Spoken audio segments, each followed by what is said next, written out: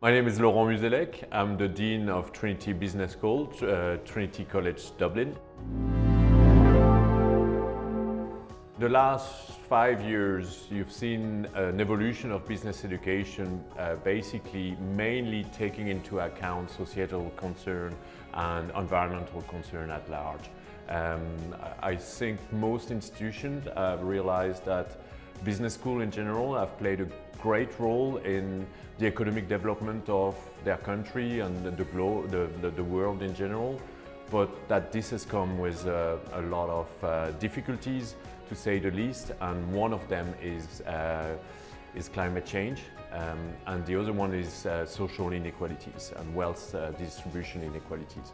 And most business schools, I think, are now trying to address those two fundamental issues. Business schools have a duty to stay relevant, so they need to embrace innovation and they need to embrace new mode of learning and such as AI, for example. But they certainly have a responsibility, an immediate responsibility and an immediate responsibility for the future.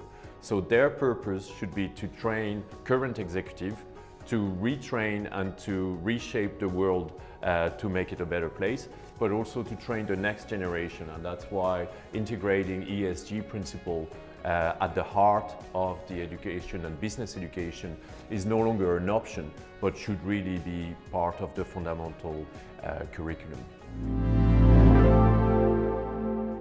There's really two techniques to introduce the ESG topic in the classroom. Either you have dedicated module or even programs, so a master in responsible leadership and sustainability, a module on sustainable finance. That's one way to do it.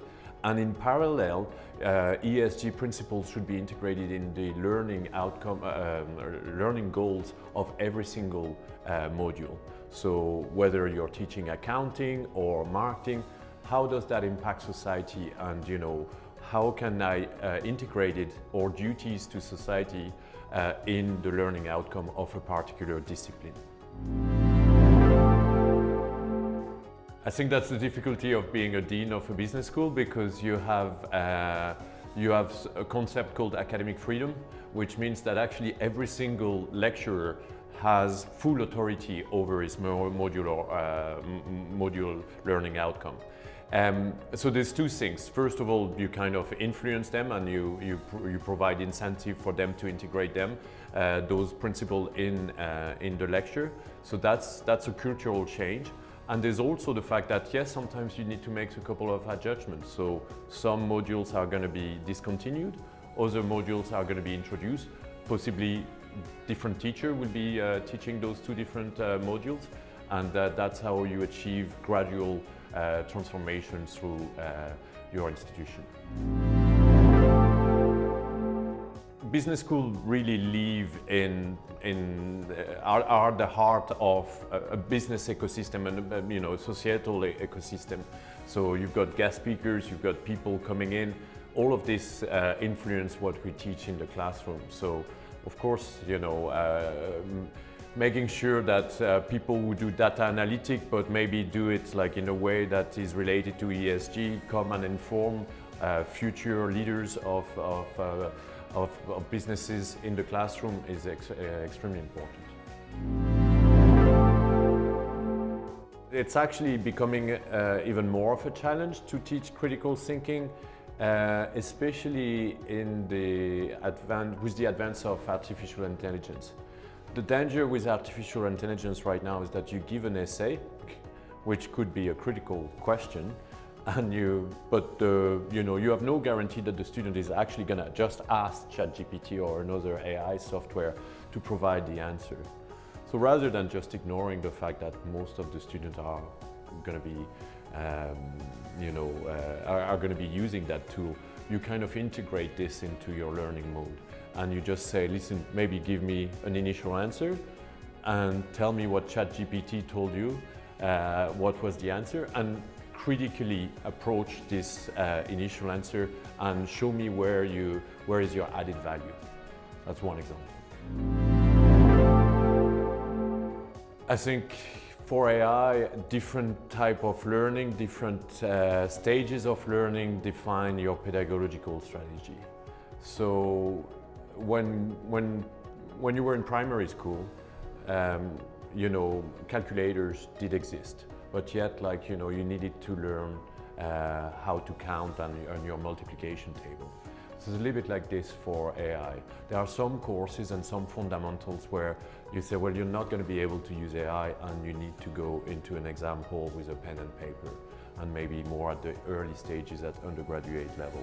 But then as you move on and you are confident that the students have developed their critical thinking and their ability to engage with such tool, you say, well, use AI, and then, like, you know, prompt a question, refine your answer, and just tell me overall how and in which context you've used that tool and how it has helped you to refine your thinking.